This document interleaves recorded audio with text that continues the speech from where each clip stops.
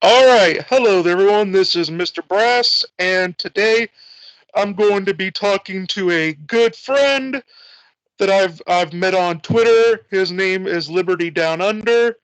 He's an Australian libertarian, and I've talked to him and I've associated with him for a while. So how are you doing today, my good friend? Yeah, I'm good recovering from COVID, but basically just the flu, so I'm pretty good. That's nice.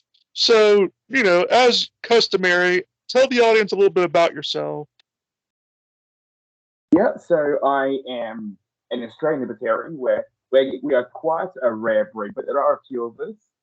And I am the founder of the Australian Liberty Network, or an organisation in Australia with a few Americans as well, with the idea of promoting liberty from a more international standpoint. We were frustrated to see the US libertarians, keeping to yourselves, at least until COVID happened, and then you guys wanted to have me on your podcast and talk about the protests and everything else that started, mid last year.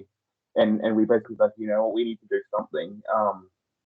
There aren't many of us, but we can do. Like, we'll do what we can. So we started up with a got a podcast, a website, and it's our objective, I guess, to spread liberty in Australia, but internationally as well. Break down that divide between countries. We've got libertarians all over the world, but unfortunately, the scene's dominated by the US because you guys are so well organized in the rest of the world when it comes to this sort of stuff.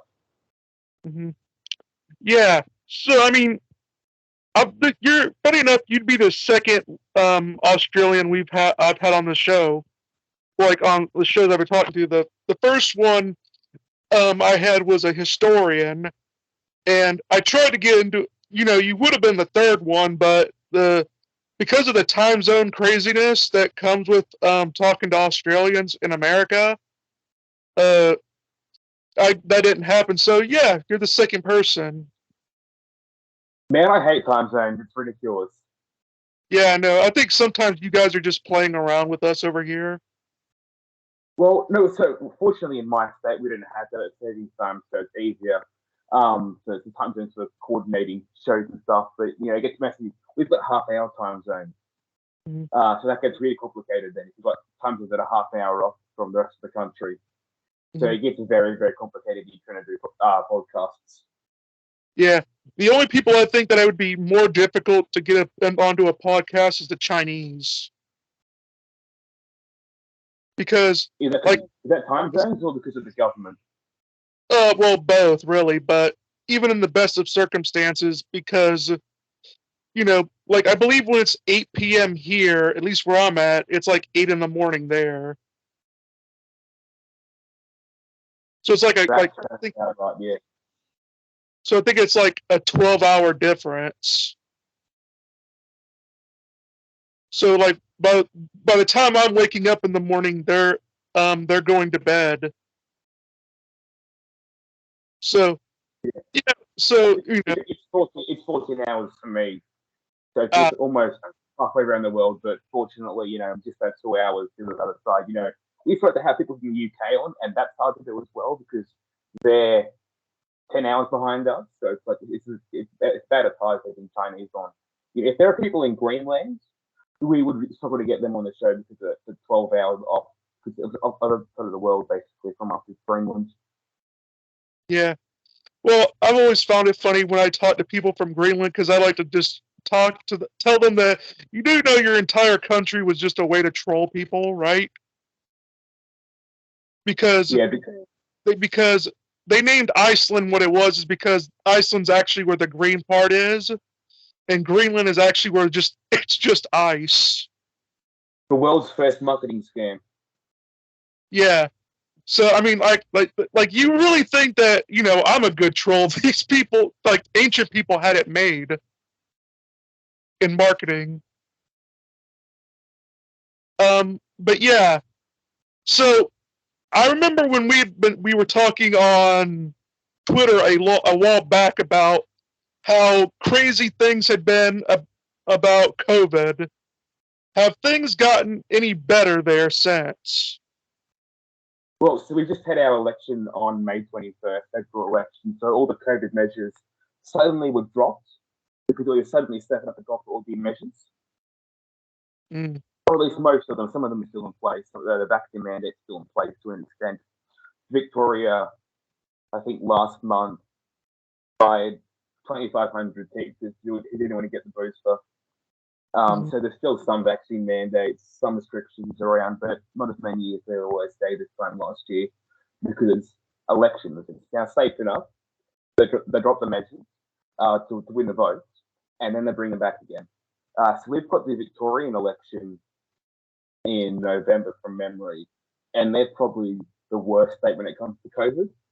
So chances are those restrictions will stay around until at least November, and then you've got New South Wales the next year. So this election cycle is going to stay around for a while because basically what we've seen, so we've had 6 of our 8 state and territory elections during COVID, and in all elections but one, the left won the election running on a platform of COVID restrictions in part. Mm. So the left, who loves their safety, will keep imposing lockdowns, and the right to an extent as well over here, because our conservatives are to the left of the Republicans. So both sides generally support COVID lockdowns to some extent, especially from the left, and they tend to win elections because of it. They just won the federal election partly on COVID, but also because of climate change as well. But yeah, so the political thing when it comes to COVID, we're going into winter now, so it's the end of fall for us. So you'll have the flu outbreak. They're saying it's going to be worse than the pandemic in Australia now because we spent the last 2 winters in lockdown. So now there's no immunity to the flu. So now we're going to have that coming through, and chances are we'll have lockdowns for that and also for monkeypox. Mm-hmm. Yeah, I remember Australia was getting around a lot in the American political sphere because of just how restrictive everything was in Australia. And I did make a joke, like people were saying, Australia is basically a prison, a prison country, and I said, well, they're kind of used to that there. Yeah, we always have been. When did that change? We've always been some sort of prison. Gun control from the 90s, COVID restrictions, being a penal colony from the start. We've always been either the UK bitch or American bitch. So we've got a history of submission there. Yeah. So I always did find that a bit funny about how they were saying, well, Australia has become a prison country. And I'm like, when did, like, what were they before? But what I did find a bit interesting about hearing about how Australia's been with COVID is not just really how restrictive that they. I mean, why do you think it is about why Australia was so more strict about it than other places? Well, so we're an island nation, so it's a lot more feasible to say the plane is COVID zero rather than living with COVID. Obviously, you guys have the massive border with Canada and Mexico, so you're going to have that travel. But for us being an island nation, no land borders, it was a lot easier, at least in theory, to aim for COVID zero. So us in New Zealand and the UK to an extent, with lots of restrictions because we're island nations with no land borders being out of country. So the idea in theory is that they can lock us down because they can easily control points of entry to the country. So I think that plays a big part in it. Plus, as well, like I said, the history of submission there. Gun control for 1996, 1997, and that came from the Conservatives. So that gun control that was brought in. So we had the mass shooting in Port Arthur was May of '96. That was put in by Conservative Prime Minister John Howard, who was elected in March the same year. So having both sides, both major parties agreeing on these on COVID, on gun control, on welfare, there's that, it's bipartisan support for control of the people. Whereas in the US, at least in theory, have the Bill of Rights. People at least know what rights they're supposed to be entitled to. So there's a lot more respect for that, whereas we don't have that over here. Yeah. So I mean that does make a bit of sense about just seeing the history of Australia. And I remember how with the recent shooting that happened over here in Texas, a lot of people, keep appealing to, well, look in Australia where they had the gun restriction. Like they had a shooting and they restricted the guns, and now look, there's no problem there anymore with mass shootings. Yeah, well, we don't have mass shootings. Again, because we don't have that land border, it's a lot harder to smuggle guns across the border. So it's a lot easier to restrict, importing guns illegally. People instead turn to cars, to knives, to improvise explosive devices. If they're going to kill someone, they'll find a way. Yeah. If they want to try and kill someone, they will find a way to do it. It's just not going to be through firearms. But even then, until 2010, I think, 2008, the homicide rate hadn't dropped much from where it was in 96, 97. It dropped since then, but that's a lot of other factors, including prison reforms. Victoria actually has a massive, Victoria has a horrible imprisonment rate. It spiked in the last, I want to say, last 8 years. Mm-hmm. So thanks to more prison reform, both in the form of restrictions and also easy sentences to an extent in some places, has meant that the murder rate has dropped, but it's not a result of gun control. Because if it was a result of gun control, you would have seen that drop in the first 10 years after. I mean, we do have guns here still. I think it's I want to say 4 million guns as of last year. We have more guns now than we had before the gun control, which is true. And then the left will always keep putting back and saying, oh, you can't complain about gun control because we have more guns now than we had then. It's like, yes, we have more guns now, but A, they're less powerful, and B, we have 8 million more people. So we had 17 million people back then, and we've got 25 million now. So it's basically 2/3 of what we have now is what the population was back then. So 8 million people means that even when you increase the number of guns in the country, I want to say, from the top of my head, it was 48%. The proportion of people who own firearms as a whole has dropped by 40%.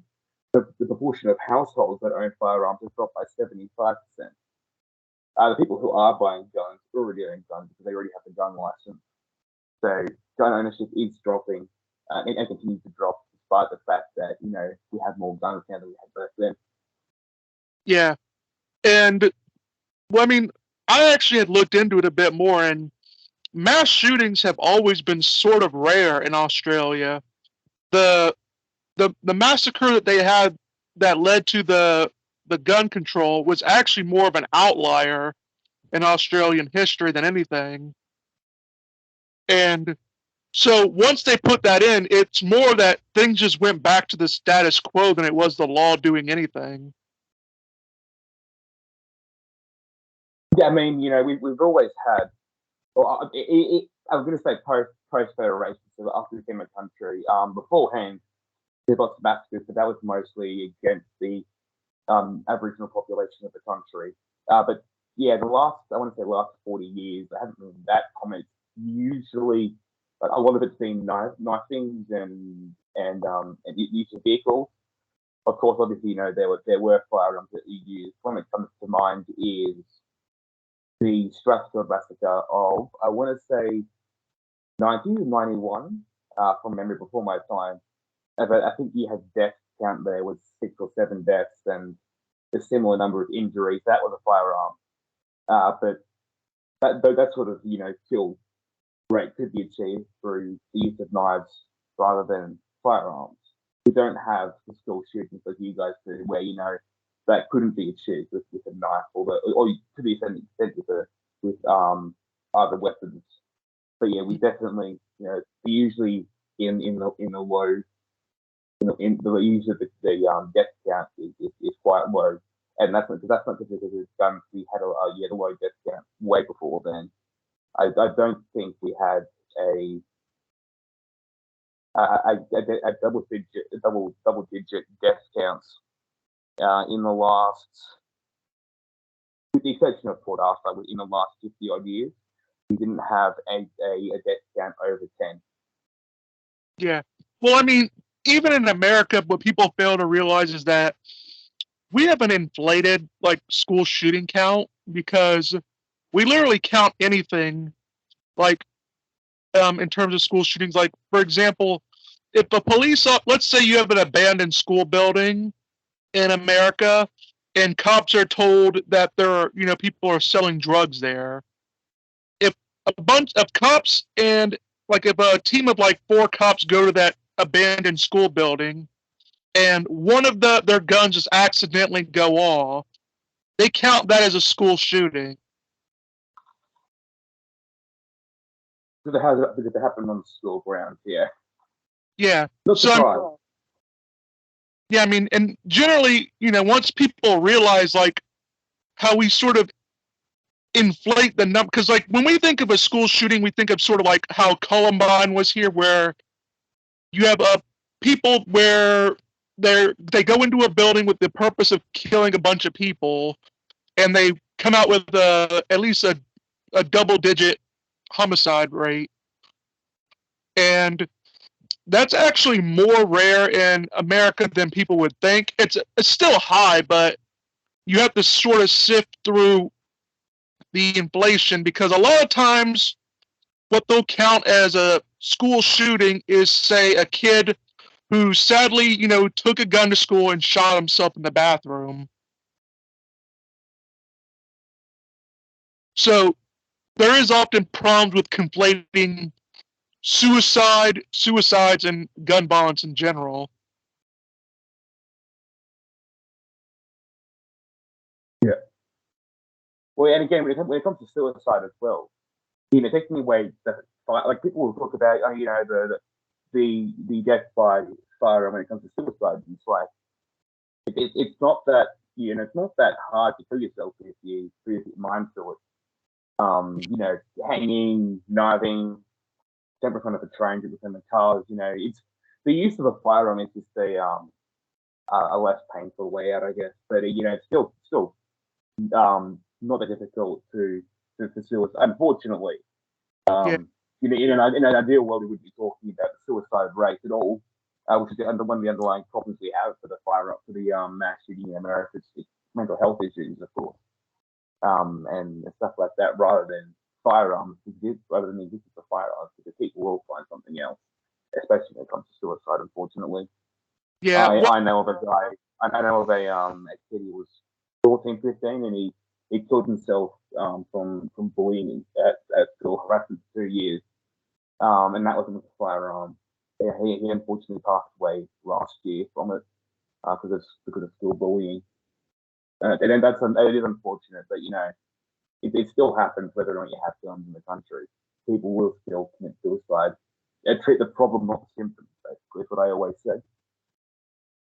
Yeah, it is sad, like, because I believe 2/3 of all the gun violence that we call here in America are suicides, and it's more of a issue with the male population. I think it is even so in Australia.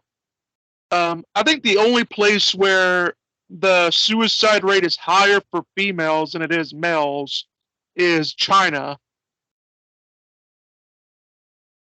And I mean, I suspect I know some reasons why that is, but I think that's China's like the outlier when it comes to it. Everywhere else, it's more male suicides.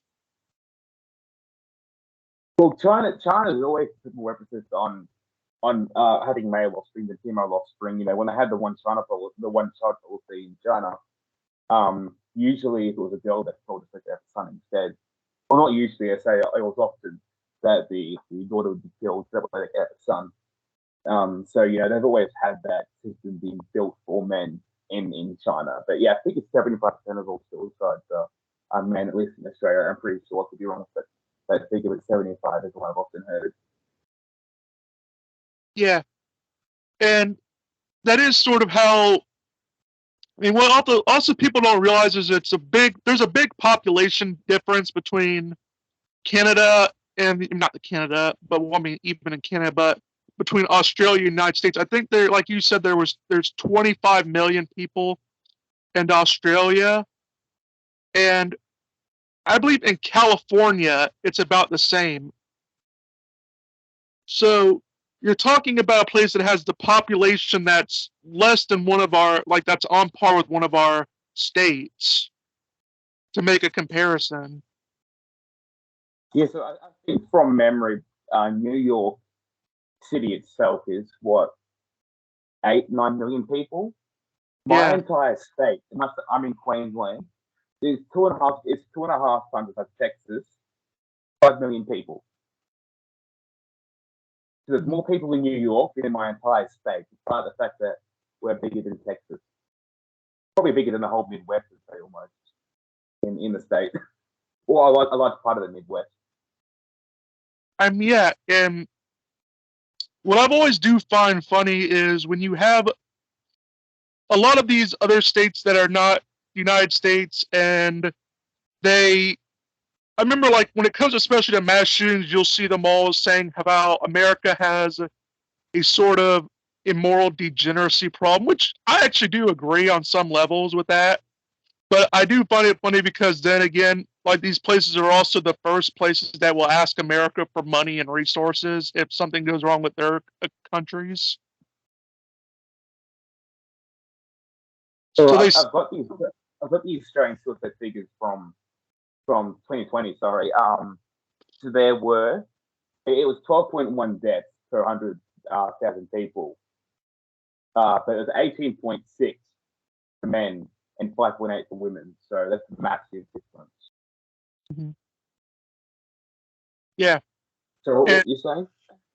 yeah, I was saying it's a lot of times in other Western nations, and I don't know if Australia counts as one, but I'll say it will for sake of argument, because I mean the populations are pretty much the same when it comes to ethnicity, but I know that, like, especially in places like Australia where they will have anti-American sentiments, and I'm always finding it sort of funny because, like, especially with Europeans and Swedes and stuff like that, where they'll talk trash about America.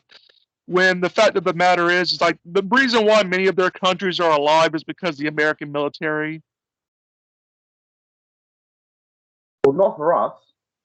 Well, I know not for you Um, guys.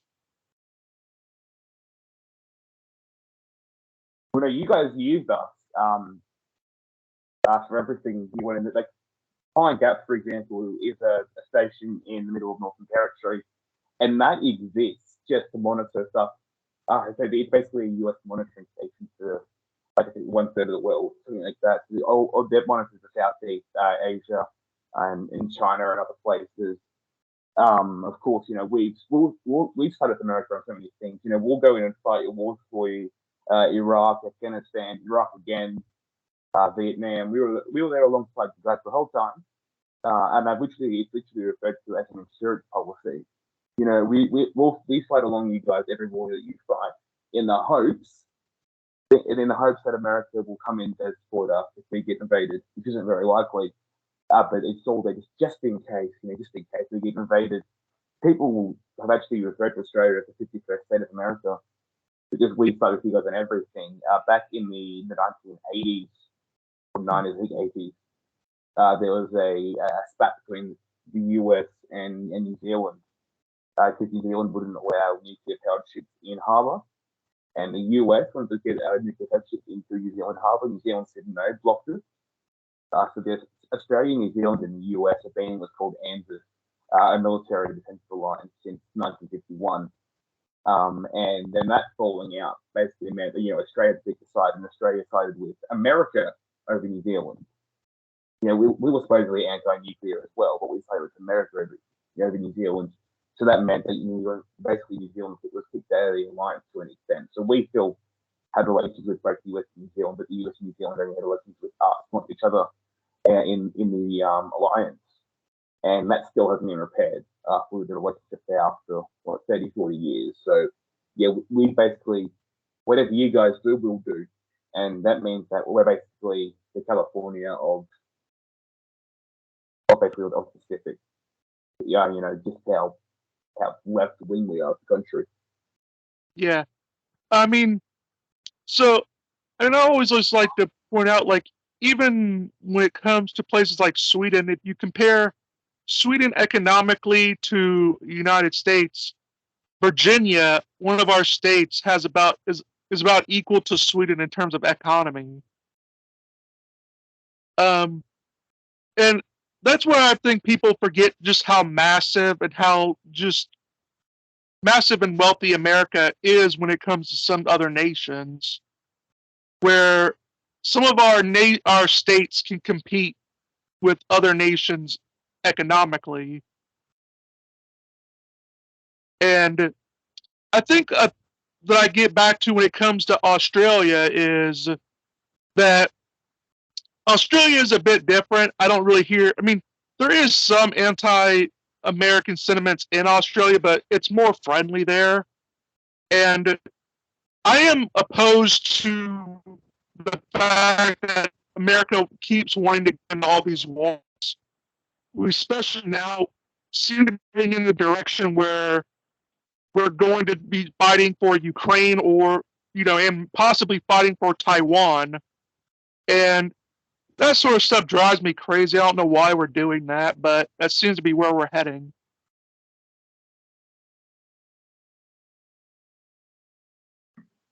Yeah, well, unfortunately, the US has an inferiority complex. So it's called the Thucydides trap. It was created by he's an ancient Greek historian. He described the history of the Peloponnesian Wars between Athens and Sparta in the 400 300 BC, and his theory basically was that Sparta, who was the dominant power, was threatened by the rise of Athens, who was a new imperial power, and so that ended up with war because because Sparta couldn't contain Athens, so it ended up wars inevitable, and they basically went to war, I think twice actually. They fought 2 wars over it. So essentially with China, because the US was threatened, because they've been the world superpower for the last 30 years. The rise of China threatens them, even when China hasn't always been that aggressive. Under Xi Jinping, different, but before then, not to the same extent internationally, definitely, at least towards the West. But America feels threatened, and because America feels threatened, they're going to drag the West into a war to defend Taiwan if it comes to it. And unfortunately, and that means that Australia gets involved, even though China is our number 1 trading partner. I think also a third of imports and exports to China. 30% at least, I'm pretty sure. So, despite the fact that China is a global economic power, that other countries rely on their economic needs, the US will drag the rest of the world into a war because the US feels threatened. Yeah, it is a sad thing with the United States where that tends to be a sort of I don't know, to be more blunt with it, it's sort of like a dick swinging contest where we sort of hate the idea of any nation coming close to competing with us, and we sort of want to stomp that out. And that's sort of where it is with China. But I do, so I was wondering, like, how has Australia been handling like the Ukraine crisis? Um, did they pass any policies to punish the Russians? Yes, we brought in the same sanctions against Putin and against other government officials that was brought in by the US and the NATO countries. We sent weapons, we sent aid, we sent coal. For some reason, because our Prime Minister, or former Prime Minister, loves coal. To be advocate for it, so he sent over coal. Although I don't think he ever got there. It was fucking ports, for sure. And it's even worse. The Australia involved than the US because we're not on the same continent. We're not even in NATO, and we're getting involved in the Ukraine conflict. It's like, this is not our water fight. You know, Yeah. we Yeah. are literally other things. Well, Russia poses no threat. Sure, there's a threat from China, but not from Russia. You know, I can justify. I don't like it, but I can justify Australia getting involved in Taiwan more than I can us getting involved in Ukraine. For some reason, we're sending us weapons and aid and coal and everything we can to help Ukraine. Zelensky at one point addressed our parliament, the of Congress, lower house, House of Reps, and he basically said, you know, we need your help. Scott Morrison, then Prime Minister, says we'll send guns, we'll send aid, and we'll send coal. And for some reason, it's not as much money as the US has sent, obviously, but you know, with our economy is still recovering from COVID, like a lot of the countries are, more so than other countries, because you know of the tyranny we've had over here with COVID restrictions. Our economy is not going to recover for a while. National debt is now over $1 trillion, well over $1 trillion. I'm pretty sure it was below $1 trillion before COVID. At one point, they were saying, you know, we're not going to double our national debt to $2 trillion at some point. Over COVID event before 2024, that's still possible. Not as likely, but it still is possible. So, you know, I don't know why we're fighting a war in Ukraine. We've got our own problems to worry about, but here we are. And no one's challenging it. So we have there's a TV show that goes through the ABC. Our ABC, not your ABC. Our ABC is government run. And it goes through, it's called Q&A. So they'll get politicians and people who are politically involved, and they'll get like 4 or 5 of them on the show and do a roundtable discussion with questions from the audience. And an audience member asked a question about the Ukraine conflict that was critical of us getting involved, and he was literally kicked out of the room. You know, a young audience member said, you know, why are we getting involved? And he kicked out because he gave the question a narrative. Mm-hmm. Yeah, and I mean, I remember what was funny is like people would complain about, well, why are we taking like, and at least they would complain about us about Trump, and they'll say, well, why are we taking Trump so seriously? He wasn't a politician; he was just an actor. And I'm like, well, now you guys are just heralding the Ukrainian president, who was literally a comedian. And so I do find it funny there. And I remember what's funny is about how here our left party is constantly known for calling people Nazis without any basis, but yet now they're condemning Russians for calling the Ukrainians Nazis without any basis. Yeah, but with that double standard, it's not fun for you in politics. You know, it's fun talking about double standards because they exist everywhere. With so many parties, double standards is ridiculous. Probably on all, I'd say even all sides. You know, when it you know, even year you can say the left, you know, supposedly being pro-choice on abortion, but pro-life. Sorry, pro-choice on abortion, but anti-choice when it comes to vaccine mandates. Of course, that's the left. Of course, well, not just in the US. And then of course the right who loves the military-industrial complex, and now some of the right is saying, you know, we should get involved in Ukraine. It's like, really? Because you fought at every other war. Bush Jr. Said that was criticizing the war in Ukraine and accidentally said Iraq, which is that was hilarious. So you just all sides in the last year, last 5 months even, so many double standards, and you know, just sitting here and knowing how bad all sides are, it's a lot more fun. You know, you don't believe your own side's lies, and unfortunately, even the libertarians can make mistakes and then can make double standards. Well, I mean, I would say that, yeah, but I would say the good thing about the Libertarian Party is that at least when we go after each other, since we all believe in the non-aggression principle, it's always non-violent. Whereas you can't really say the same thing when it comes to at least with the left and right here in the terms of the Democrat and Republican Party, and I would say the public parties in Australia.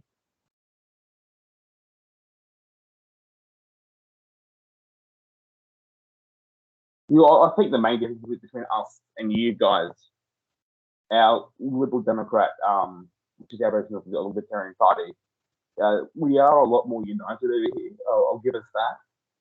It's Yeah, because we don't read theory like you guys do. Like, very few Australians in the libertarian theory. I'm an outlier, and I've gone overboard. I've got too many books on theory. It's ridiculous.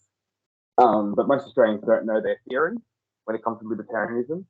The downside of that is you can get too far that way, and you end up in a situation where people, compromise on everything. We have seen that in the last election. People will compromise with other parties just to win the election, even if it means getting rid of key libertarian principles. But on the other hand, if you care about that theory, you're always fighting about it. Like, we had a week and a half fight on Twitter in December about whether or not we should use the police to get rid of homeless people in public parks that are being a nuisance. It's like, why are we debating this? I wasn't back in the infighting of December. I got involved and I said, everyone, just cut it out. Be decent human beings, blocking each other. And then Nick Starwalk of all people goes, "How dare you? And a podium interloper." They basically criticized me and friends for daring talk about US politics. And mind you, he's spoken about Australia's COVID tyranny, but that's fine. But if Australia talking about US Australian politics is apparently off the board, go figure. I'm now blocked by him because I'm an Australian who gets comments on US politics in the Libertarian Party. I was there. I watched the live stream, or part of the live stream where the Libertarian Party removed CAH, Carol Enhouse, whatever her name is, as secretary. So I've followed US Libertarian politics pretty well. So I've seen it on both sides. Either you compromise too much and you lose your values, or you put too much on those values and you can't get any political ground.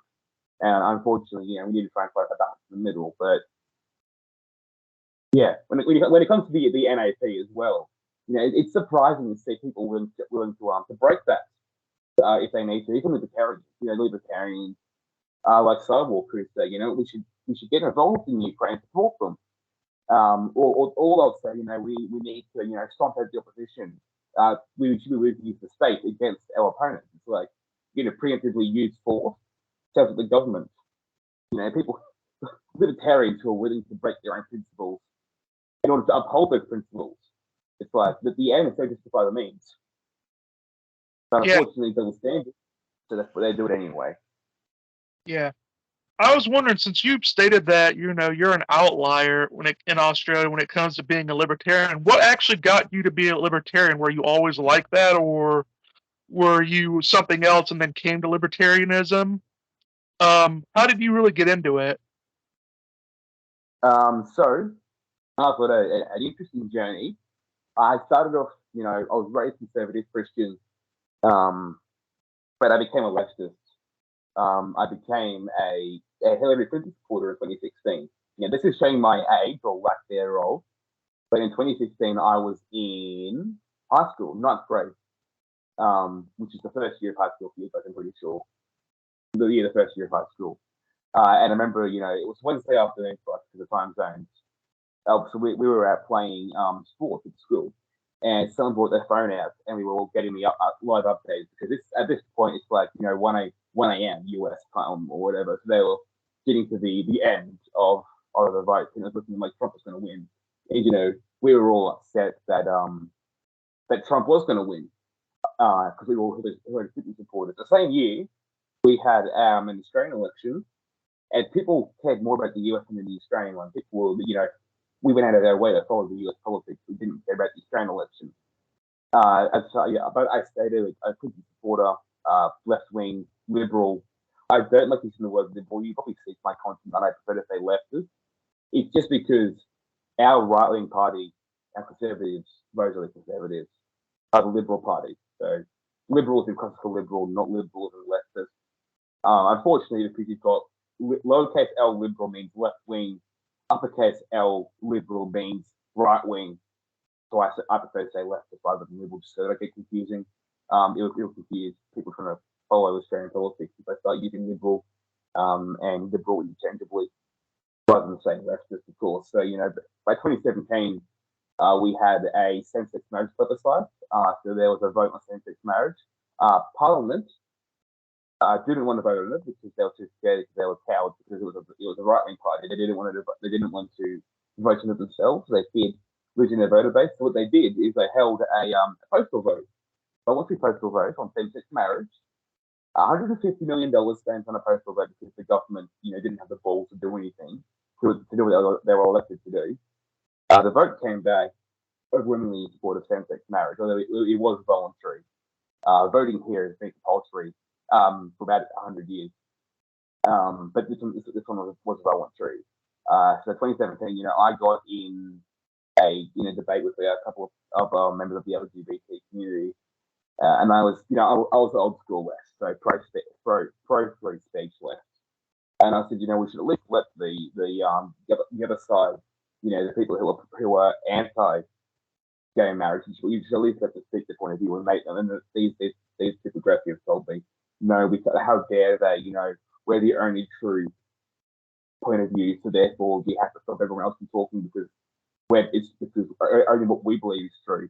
They're wrong, so therefore they can't speak. And that was like a wake up call for me. Going into 2018, I began drifting to the right with conservatives.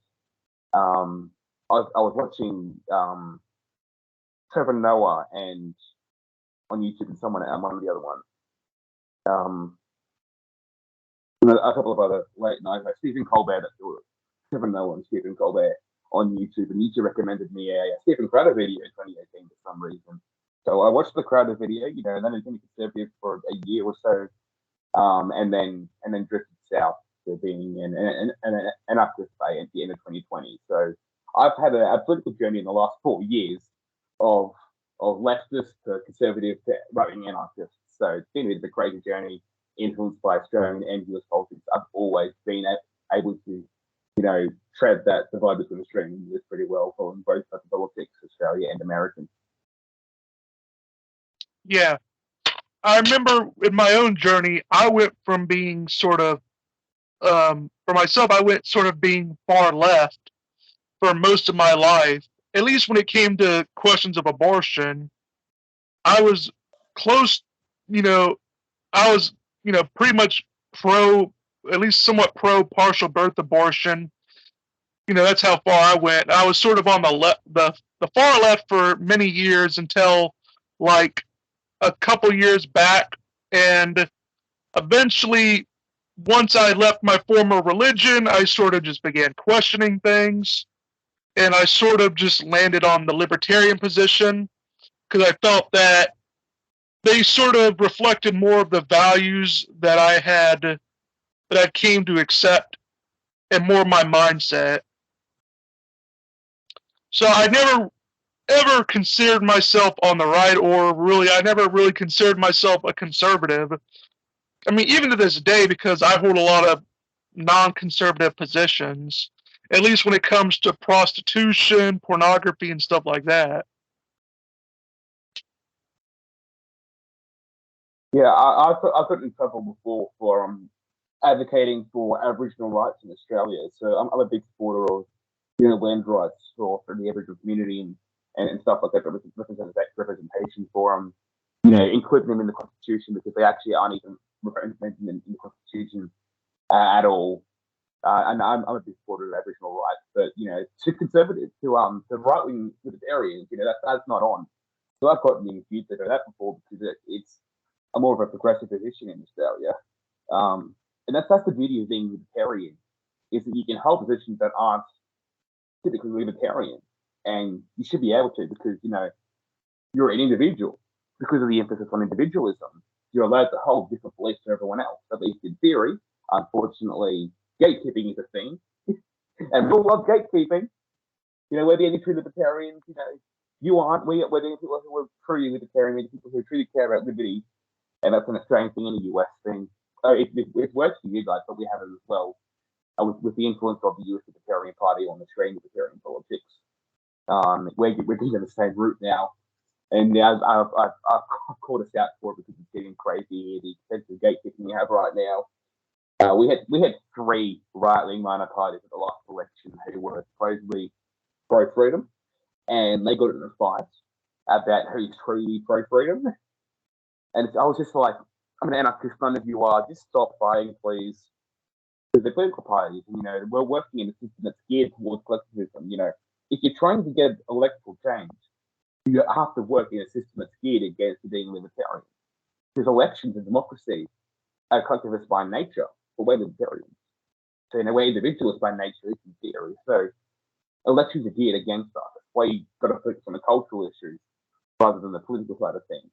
Get that culture of liberty rather than focusing on politics. And I think that's something that both sides, both with US and Australian libertarians, have failed to do. Is we focus too much on those political aspects and then from the cultural side of things.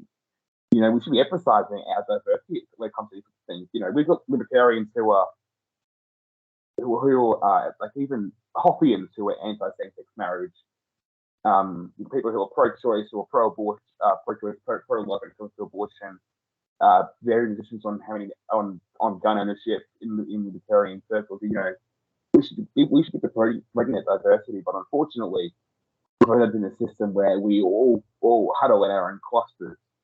Whether that be in Australia, you've got multiple parties, libertarians supposed to be all right wing, freedom loving. In the US, you've got your caucuses and the Libertarian Party.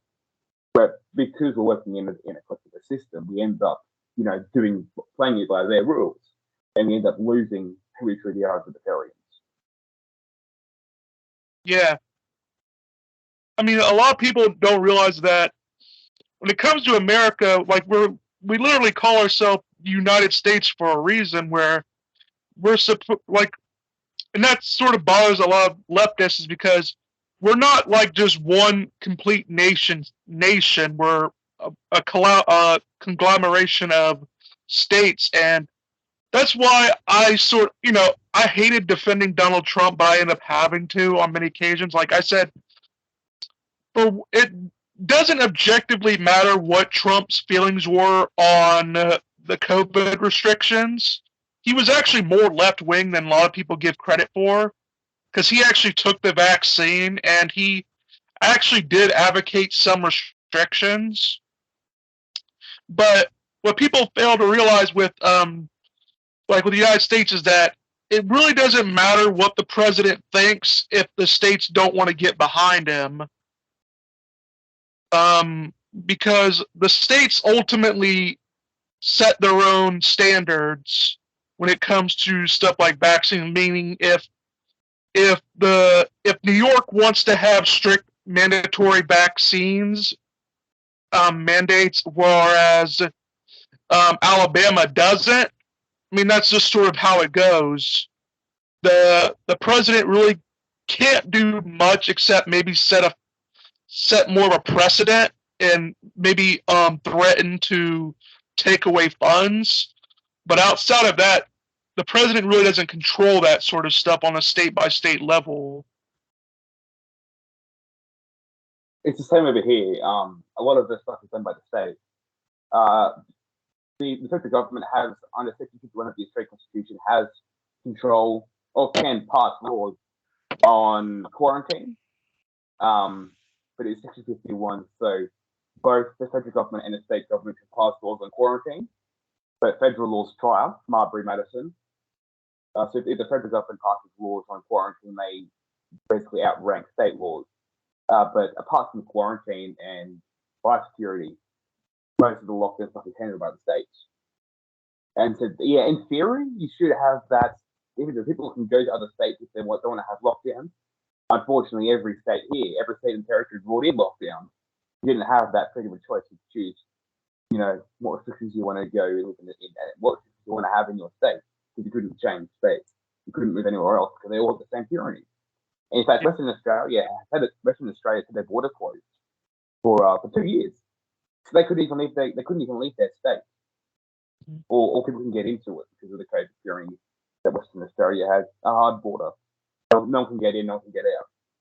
Except the government. The government could, and sports teams could, but no one else could. Ordinary citizens couldn't. The story that I always like to tell is that there was a American from Victoria who had the vaccine. They were up there on their vaccination, and the Western Australian government said they can't come into the state. Now, the reason why this couple wanted to come into the state was because their son who was 21 or 20 had committed suicide. And her parents told, you can't come in and collect his body and collect his belongings. We have to send that to you. And it has to wait 14 days in quarantine. And so you got a dead body in quarantine for 14 days. That's going to be completely, decomposing by then.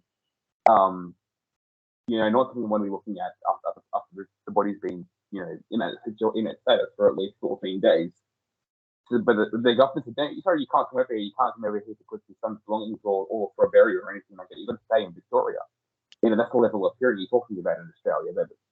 And every state, every territory had that to about the same degree. There was variance, but it's like comparing to Mussolini. There was variance, but they're still all tyrants. But you didn't have that choice of voice. You didn't have the Midwest in the US and pretty that they didn't have any restrictions there really except at the start. We didn't have that choice over here. They all were the same way.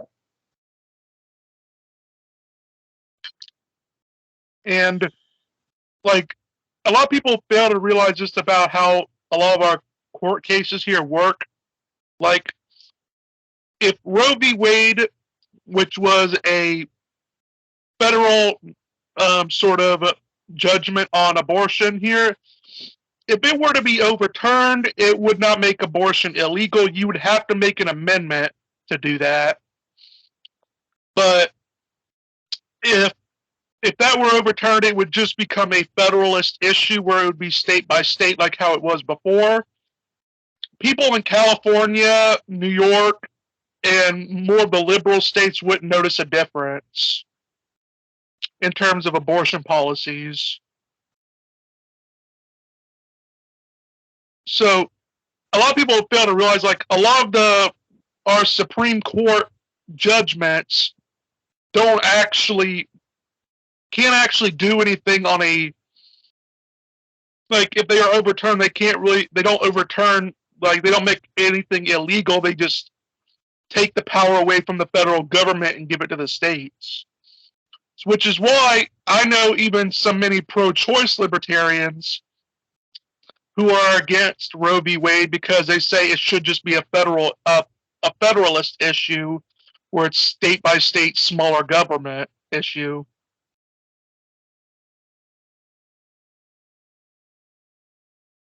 Yeah, I think it's meant to be the same thing over here as well when it comes to stuff like that. Yeah, it's meant to be a state by state thing. Unfortunately, the government goes, you know what? We're going to stop you guys from passing laws and things. So, under Section 51 of the Constitution of Australia, there's a whole list of powers that the government has, but the states can also pass laws on it. So, supposedly, the states and the federal government can have laws. If those laws are inconsistent with one another, federal law triumphs. But because of that ability for the federal law to be triumphant, what the Australian government does is they'll pass laws that basically say, the states can't touch this. So even though in theory it's meant to be the states or the federal government can deal with it, the federal government just goes, we're going to pass a blanket law that'll give us the ability to only have control over this sort of legislation. They'll remove that from the state. Even though it wasn't designed like that, they take advantage of it and do exactly that. The things that should be states to decide are decided by the federal government, unfortunately. Mm-hmm. I was wondering, does Australia have a constitutional monarchy like how the UK does? Yes. Mm-hmm. We do. Yeah. I believe it would be at least in the UK, it's a constitutional monarchy with Christianity as the official religion. Is that sort of the same way in Australia, or is it a bit different? How does that actually dynamic work? Yeah, so we have a Governor General, not a Queen. So the Governor General is empowered by the Constitution to be basically the Queen's representative in Australia. So anything that the Queen wants done will go through him or her through the Governor General. So we have a very interesting dynamic in Australia. You've got a Prime Minister who is elected. So we don't have a president, but our Prime Minister is like the European system. Our Prime Minister is the leader of the party with the most seats in the lower house of parliament, and he becomes the prime minister. Then you have the governor general, and then you have the queen herself. So the queen has some power, and but the governor general also has some power, but the queen can override the governor general, and then the prime minister also has power. And then the governor general can do a whole range of things, but most of them are on the advice of the prime minister and the elected executive. So we don't have secretaries like we do. We have ministers. So again, ministers are members in parliament in the lower house from the party that forms government. So we have the ministers and the prime minister, that's among equals. And they advise the governor general, and the governor general acts on that advice. But what that means basically in practice is that they say do X, Y, Z, and so the governor general does X, Y, Z, following their orders. It's basically, in theory, we are a constitutional monarchy. In practice, not so much, because of course the Queen doesn't sit in Australia; she's over in the UK. But the governor general, in theory, it's complicated even for Australians. So the prime minister is appointed by the governor general, as the leader of the biggest party in the lower house. But they also at the same time, the governor general can also dismiss the prime minister. So back in 1975, Prime Minister Labor Party was dismissed by the governor general because the upper house, which is controlled by the opposition party, wouldn't pass any bills for funding anything. Basically, the government was shut down because the upper house wouldn't pass any of those bills for government spending. And so this is the point where the prime minister got with them. Dismissed by the governor general. The governor general then appoints the opposition leader to be prime minister, even though the prime minister did not have majority in the lower house. They need to be prime minister, and they called an election, and then the opposition leader won the election, became prime minister in his own right. So it's a very, very complicated how the system works. It's definitely not at all how the US system works. Our upper house, that is like the US upper house, but our lower house and our executive is like the UK, and then our judiciary is a combination of the UK and the US. How it's set up, it's more like the UK, and how the High Court runs more like the Supreme Court of the US does. So it's a hybrid system. It's called the Westminster system. So combination of Westminster system, which is the UK system of government, and Washington DC, so Washington system. So it's a hybrid government. It's very complex, and it's all about it's in theory versus in practice, and it means that you have a very weird division of powers that still causes problems to this day, even though we've been in the country for 120 years, and we're still trying to sort some of this stuff out. It's a complexities, I guess. Does that answer your question? Yeah. Another constant thing that is being like whenever I see a comparison between Australia and the United States, it also comes into a matter of healthcare. I believe Australia has single payer healthcare or universal healthcare. How does that really work there? Because I usually see it as it's government bureaucrats that sort of have their hands all through the system, but some people say that it's more a collaboration of doctors there. How does that actually work? So we have private and public healthcare. It's a combination, like the UK. So not like Europe where it's all public. The UK has the NHS, which is public, plus also have private. We got the same thing over here, public and private healthcare. Private costs more, but the waiting lines aren't as long. Public is cheaper or free depending on who you are. So because it's free or cheap, but there are longer waiting lines because people go to the hospital for minor things that they shouldn't even go there for. So a big problem, especially in the UK with the hybrid system, is that there are massive lines to get treatment in the public system because people go there for trivial things because it's free. Or free is in done by taxpayers rather than billing up front. So they go there and they get treatment for minor things that they could get from the pharmacy or whatever. So it means that private is faster, but it's also cost of reasonable for all. That you go through private. Well, I mean, I like to point out that whenever that is a common argument that is for universal health care, is the fact that it's seemingly more expensive with private healthcare, but I say that's only really because they have to compete with government bureaucracy, which has a monopoly on force. And there's not exactly competition. I like to compare the government to the mafia.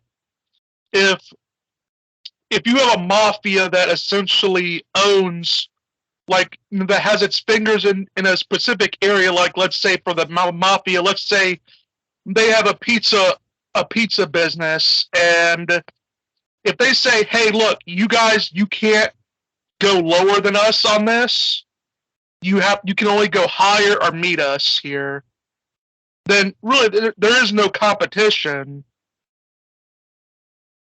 because you have one industry that has the, what they call it, it has the authority to use aggression on others while the other ones don't. If it was more free market, the prices would go down in the private sector, but since it isn't, and you have like a mafia controlling things, it really can't compete. It's not allowed to compete. Yeah.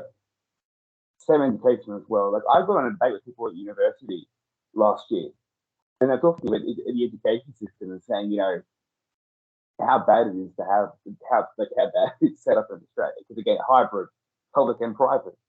And I said, well, if you really want to have a good education system, what you do is the government subsidizing private education and puts their money into public. So this is like, I'm a libertarian. I shouldn't let government getting involved in education, but this is as a compromise to start with.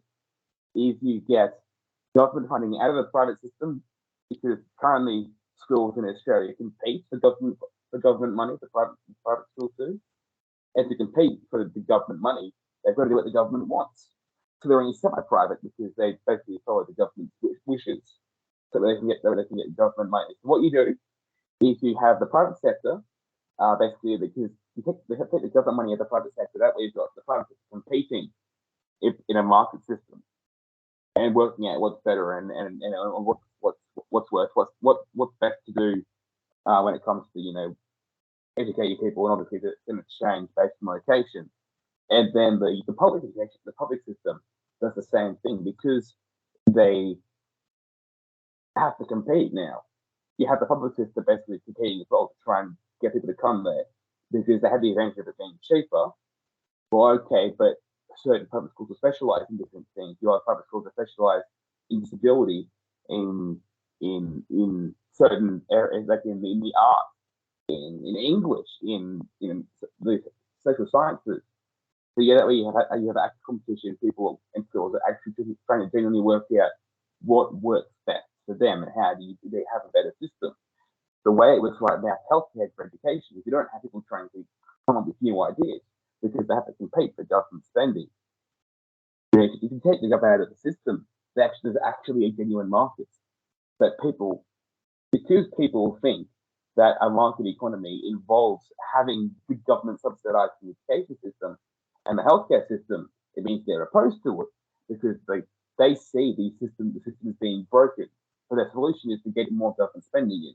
Whereas the solution should be take the spending out of the private sector and put it in the public sector, and then have genuine competition in the market to win over parents and students. Yeah.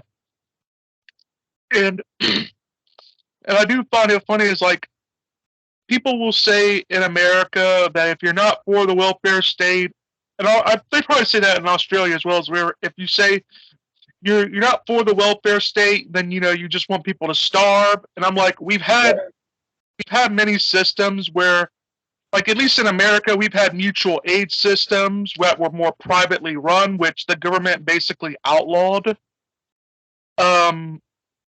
We have like Libertarian Party, generally goes for the direct primary care system, crowd health, like where you have sort of like crowd funded healthcare and stuff like that, which are all private and they don't rely on government.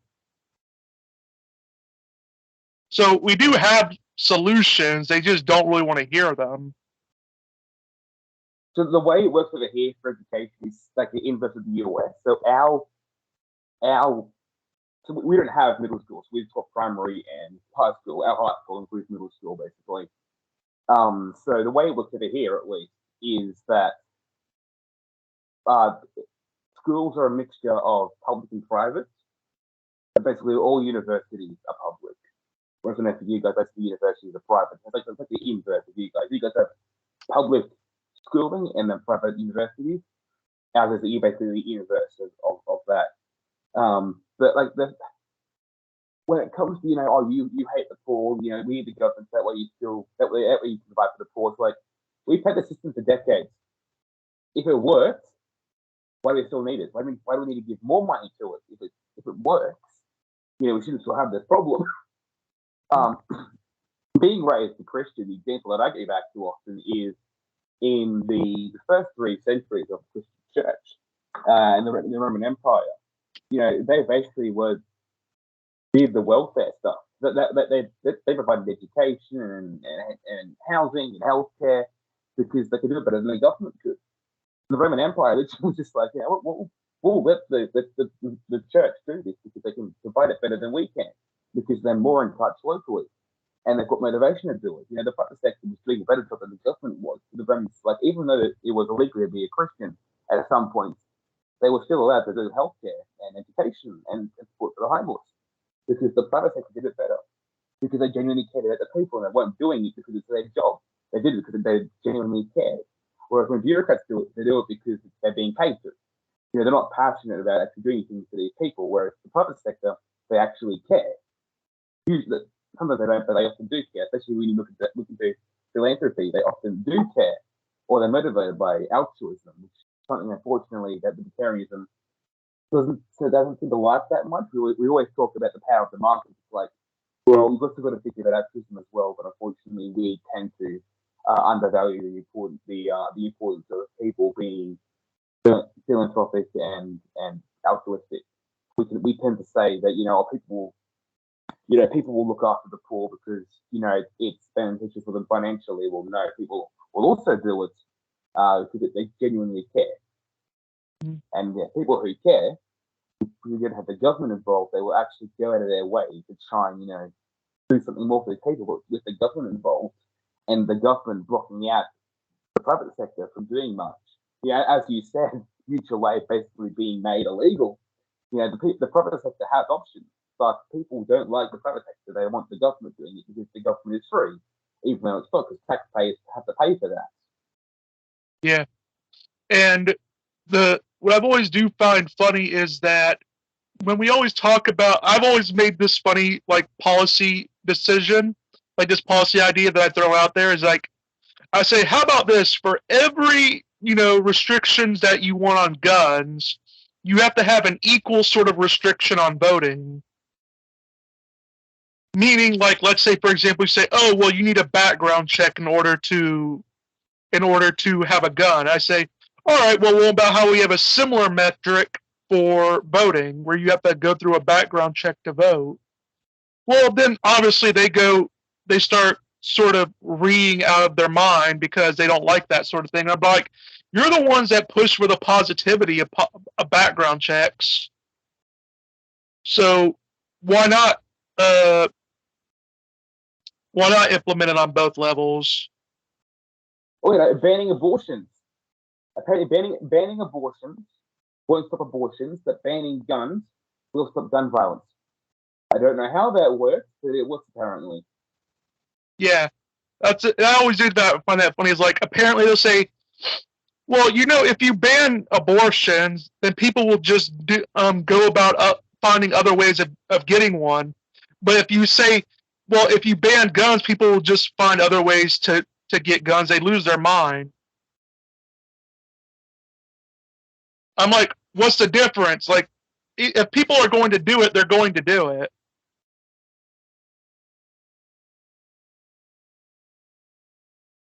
as I said before, people will always try and find another way to do it. People will always try and find another way. If they have that motivation to do that, they will find a way. Yeah. Well, we've been going on for a little bit longer than an hour. I'm going to be eating in a minute. So, can you tell the audience, any projects that you have that are coming up for you? Where can they find you and stuff like that?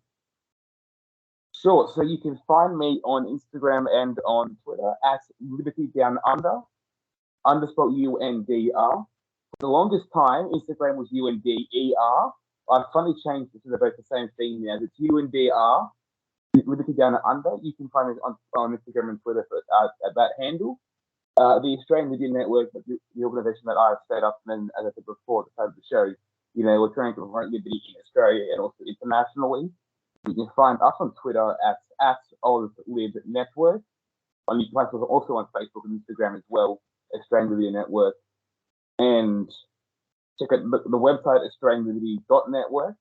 I'm doing a series there, so I've got a background in law. I'm third-year law student. So I'm doing a series on that website that breaks down how the government works. So it explains, the difference between the Prime Minister, the Governor General, and the Prime Minister and the Queen. How does the Parliament work? Because we have a different system to the US. We have 12 senators per state, not 2. The territories also have senators and House of Reps members. How elections work, because we've got mandatory voting and voting by preferences. So all that stuff is covered on the website. You can go find that as well. And I think that's everything that I've got to. Oh, and you can find my podcast. You can find it on YouTube and on all the podcasting apps. Gumtree of Liberty. That's a play on the I'm just a comment on the Tree of Liberty. So we would sometimes the blood of patriots and tyrants. It's a play on that, make it more Australian. The Gumtree. Mm-hmm. Well, that is all for today. This is my friend over here. Make sure to go check him out. And that is all for today. This is Mr. Brass saying goodbye and get wise.